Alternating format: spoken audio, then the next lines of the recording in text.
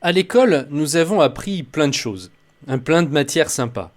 Nous avons appris à faire des plans pour résoudre des problèmes mathématiques, écrire des dissertations, apprendre des langues, pour certains même disséquer des grenouilles.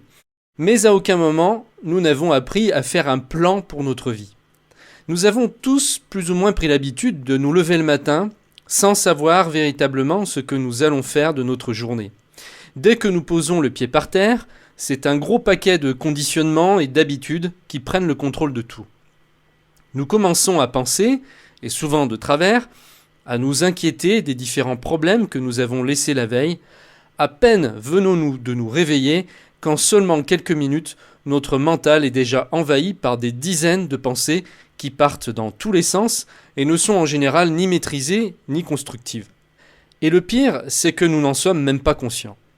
Amusez-vous demain matin à vous observer et à regarder quelles sont les pensées qui vous viennent pendant que vous déjeunez. Vous serez surpris. Voici une technique que j'utilise pour m'assurer de rester positif et de garder ma motivation chaque jour qui passe. J'ai installé ce que j'appelle une routine du succès. Chaque matin, je fais comme un commandant de bord qui, avant de faire décoller son avion, vérifie que tout est en ordre. Je coche une checklist que j'ai pris soin d'élaborer auparavant. Et je procède à un contrôle de routine en m'assurant que mes pensées partent dans la bonne direction et que mon énergie est bien celle dans laquelle j'ai envie de me trouver. 1. Je calme mon esprit. 2. J'exprime ma gratitude. Je remercie pour 5 choses positives qui me sont arrivées et je les écris dans un journal spécialement créé pour cela. 3. J'écris la prise de conscience la plus importante que j'ai eue la veille ou pendant la nuit. 4. Je lis un texte positif. Pour moi, c'est La Petite Voix d'Hélène Caddy. 5. Je fais la revue complète de mes objectifs à court, moyen et long terme. 6. Je regarde une vidéo inspirante sur YouTube.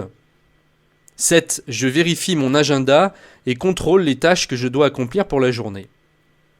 Et j'évite vraiment d'entretenir les pensées négatives, obsédantes, stressantes, inquiétantes, dévalorisantes, culpabilisantes, à mon sujet ou au sujet de quelqu'un d'autre. Ce qui en fait est la même chose. Le matin est vraiment le moment le plus important, car ce sont les premières pensées au réveil qui colorent tout le reste de la journée. Si vous ancrez cette habitude, au bout d'un moment, vous ferez la différence. Avec le temps, elle sera énorme, car il ne sert à rien de s'inquiéter de son avenir si nous ne sommes pas conscients de notre présent.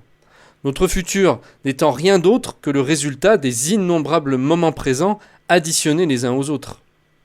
C'est donc chaque journée qu'il faut préparer le mieux possible.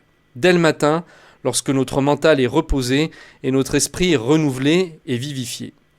J'adore le matin pour cela car il permet de nous offrir une nouvelle chance de faire mieux que la veille et d'effacer l'ardoise de nos erreurs passées. Un peu comme si chaque jour était une nouvelle vie qui nous attendait, nous ouvrait les bras et nous disait « Hey, c'est ton jour de chance aujourd'hui, car rien n'est encore écrit, tu es totalement libre de faire et d'être ce que tu veux, et le meilleur t'attend si tu le choisis. »